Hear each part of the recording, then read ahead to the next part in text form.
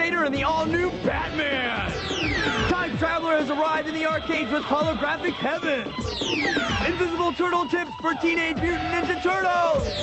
And some really awesome sound secrets for all this and more on GamePro. We're jamming.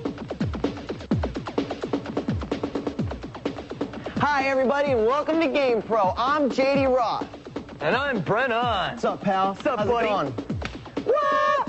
Now, if you're here to find out what's happening this week in video game land, I think you should put a chill on it, bud, because we've got the stuff you're looking for. That's right, buddy? He's absolutely right. You see, I just came from the game lab, and the gonzos back there put together a full plate of awesome tips, tactics, and other great stuff. Where do we get it from? You know where we get it. Home Magazine, of course. #1 source for home and arcade game information that you need to beat your favorite games. Yes. Dude, yo, boy, check this out. Yeah? I was at the arcade yesterday just partying, you know? Guess what I found? What?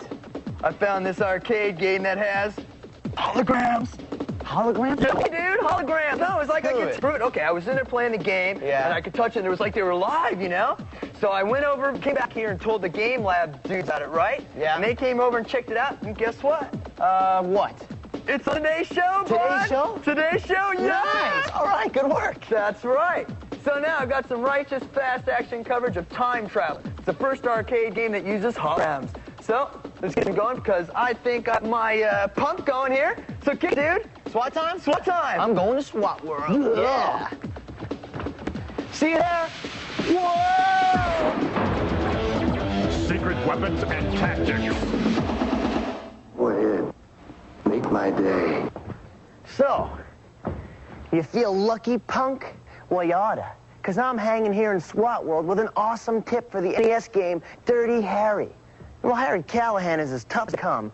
A cop can always use a few extra lives. Check out this tip that'll give you unlimited lives. Bring up the title screen and type in Clyde at the beginning of the game. That's it. You're invincible. Hey, I'm sure this tip will make your day. Okay, once again, at the title screen, type in Clyde. Whoa! Phew! As long as we're on the subject of movies, you can never know too many tips for the Game Boy version of the Heroes in a Half Shell. You know it. Teenage Mutant Ninja Turtles and the Foot Clan. Here's a tip that will get you an invisible turtle.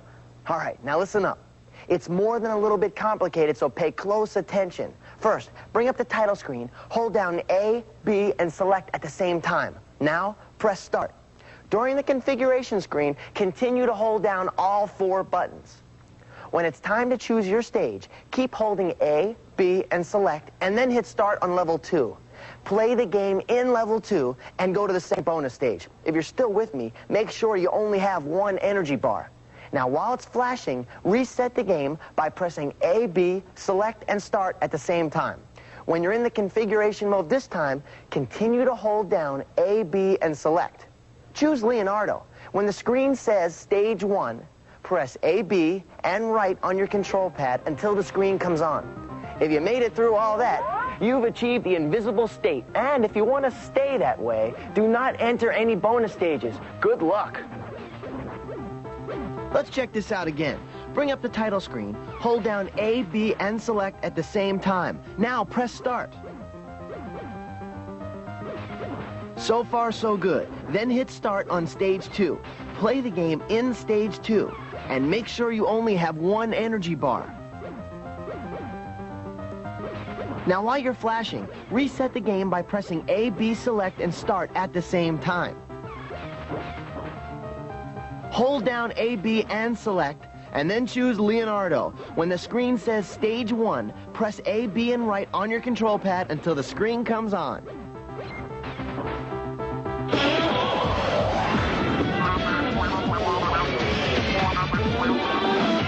Hi, I'm Doug Jacobson from Vallejo, California. I've been playing a Genesis game called Revenge of Shinobi. The trouble is, I can get to the end and I can kill Neo Zed, but Naoko always gets killed too. Is there any way I can defeat Neo Zed, but keep Naoko from getting killed?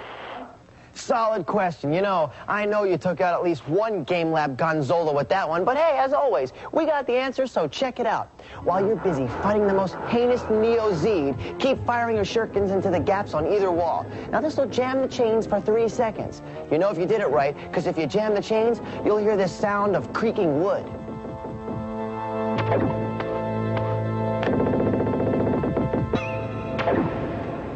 Now, if you want to keep Naoko alive, you got to jam the chains every 3 seconds without fail, or Naoko is no moro.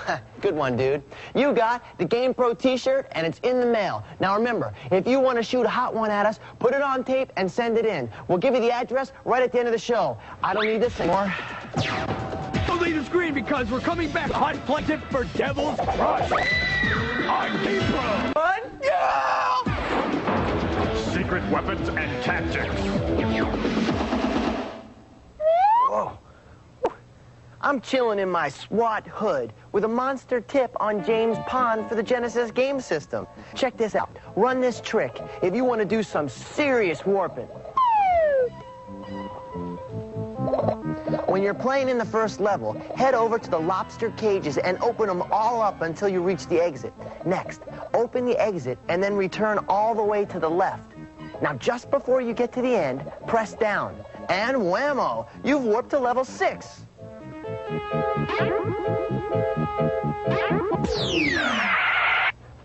Here's a quickie that'll make Devil's Crush for your T16 last a whole lot longer. Because with this special code, you'll start the game with 924 million points and 73 balls. Hey, get out of there. Here it comes. Bring up the password screen and enter the following code. EFGHIJKLMB.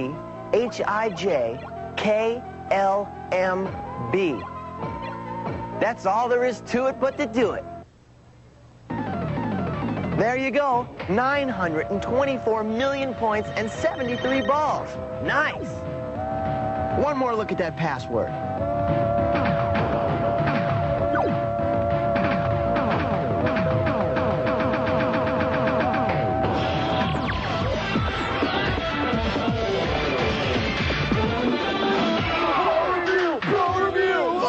It's Pro Review time, so let's check out what the Game Lab goofballs have to say about Battletoads for the Nintendo Game Boy. All right, well said, my friend. Thanks. Dude, the Techno Turcos checked out this one, but good. So here's the story. While partying on Las Vegas, a deep space hangout for Toads on holiday, our 3 bad boy amphibious skin rashes, Zitz, Rash, and Pimple, get caught up to their eyes in toadacious trouble. They've been duped by this hot Thalian thorax dancer. That's a major babe in the Toad world. And she turns out to actually be the evil Dark Queen.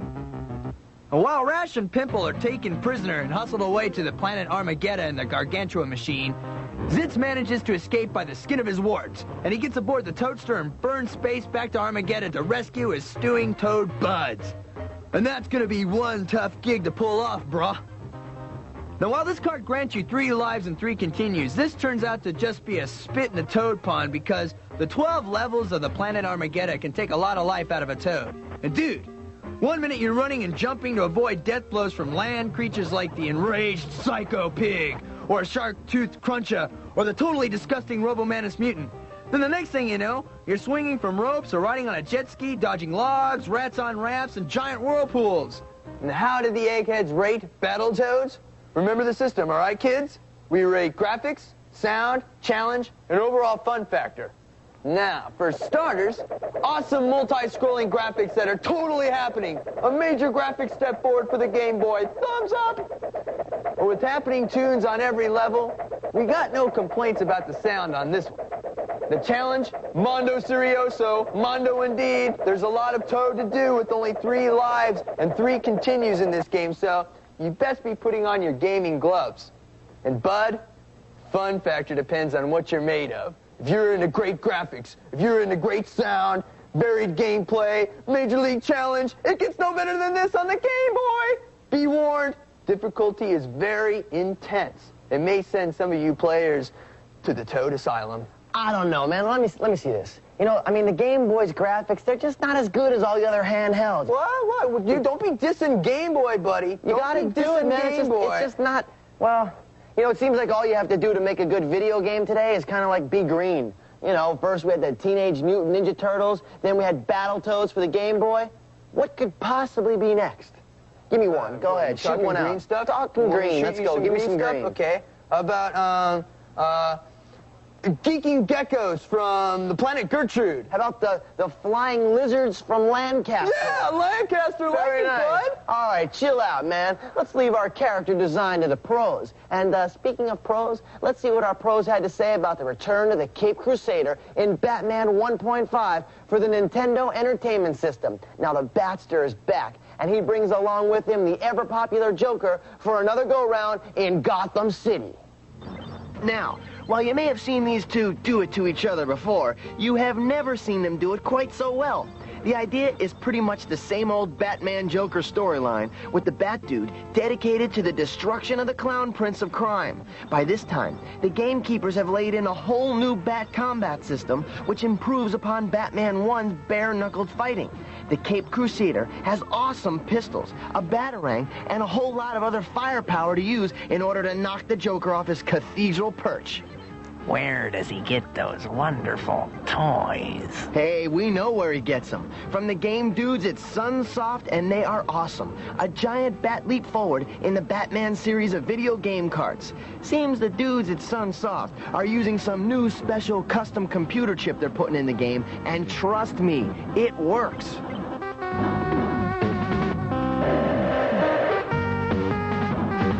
How'd we rate it? I'm gonna tell you. The graphics are totally excellent, especially when it comes to the visuals of the Batman himself.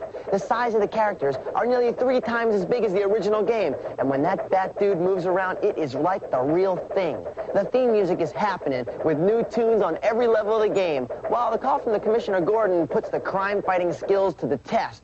We gotta say, the weapons are kind of cool, but the first Batman was more of a thumb-sprainer than the new version. The fun factor is a 5, mostly because the super fresh guns in this game deliver one of the best action games around for your buck. A total winner.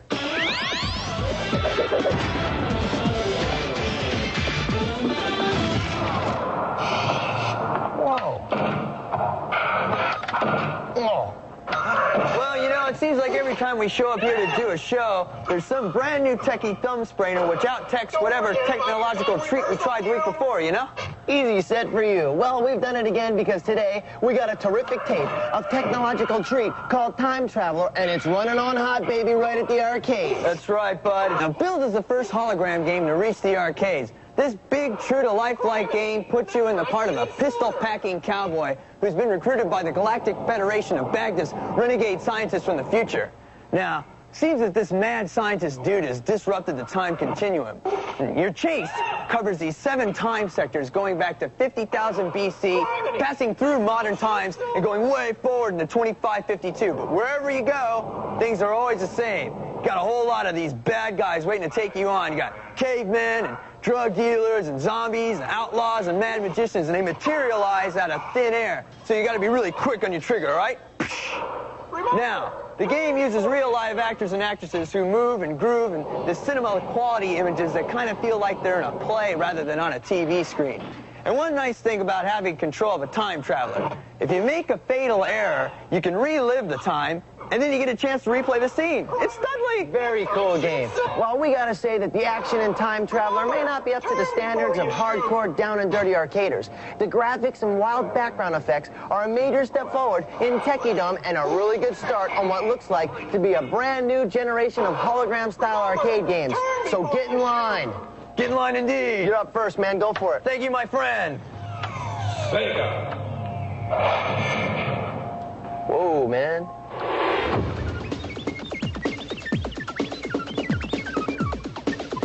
I'm Jim Hakola, and on Space Harrier for the TurboGrafx 16, I scored 31,265,570. Hi, I'm Alan Hofstadter from San Francisco, California. I've completed Ultima Quest of the Avatar for the Nintendo Entertainment System. I'm Keith Bond from Ohio, and on Jack Nicklaus Turbo Golf for my TurboGrafx 16, I scored a 58, which was 14 under par. Mega scores, dude. Your GamePro subscription is in the mail and on its way. And remember, if you want to win, you gotta send them in. 16-bit super stuff when we return with Gradius 3. So put it on chill, because we'll return to Gamepro. Okie doke. Secret weapons and tactics. Hey, what's up, Mario? How's the weather down there? Now, you know how I love to revisit the classics from time to time here in SWAT World. So how about a trip down memory lane with the always popular Super Mario for the NES? Take a look at the classic flagpole trick. Watch. You can control the number of firework explosions you get at the end of a level. When you reach the flagpole, watch your timer. If the right-hand digit is a 6 when you jump for the pole, you'll get 6 firework explosions.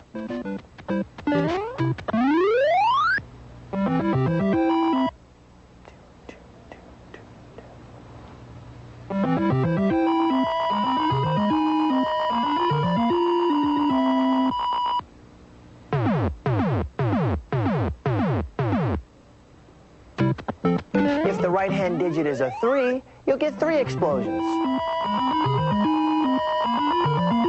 This may be an oldie, but I figure you can never get too much of a good thing. We've got a trick in Journey of Silius for the NES that'll double your fun. Check this out. First, bring up the title screen. Now, press button B 33 times. That's right, I'm not kidding. 33 times. Then hit the start button. You can now raise your continues up to 9 and check out all the sounds as well.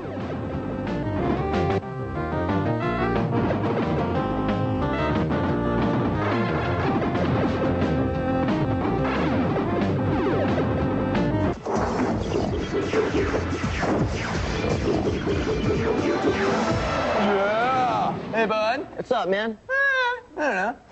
The SNES continues to grab the attention of gamers everywhere, and the Game Lab gonzos are burning it at all ends to keep up with the new carts for this exciting new system. I speak the facts. For sure.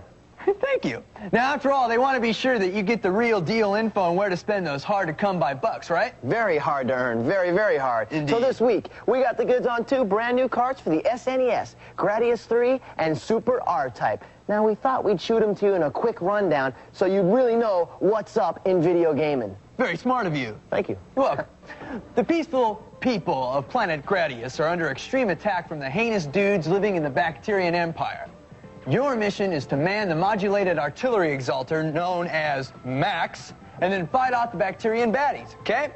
Now, your goal, save Gradius and its surrounding planets. Now, while this may be true that you've pretty much seen the movie and the ongoing Gradius video game saga, there's something truly radical that's happening here, and I am not joshing you. You've never seen this before, so check it out. For the first time, you can customize the game to suit your own strategies. You're stoked! Stoked! You can assign the buttons on your joypad so that you can choose which button controls firing, which one powers up. And even more awesome is the edit mode, which lets you specifically design the max weapon system by choosing from a selection of lasers and a variety of shields. Totally and completely excellent. Now, once you put together a dream team of weapons and shields, you've got about 10 levels of action with Mondo bosses at the end of each one, okay?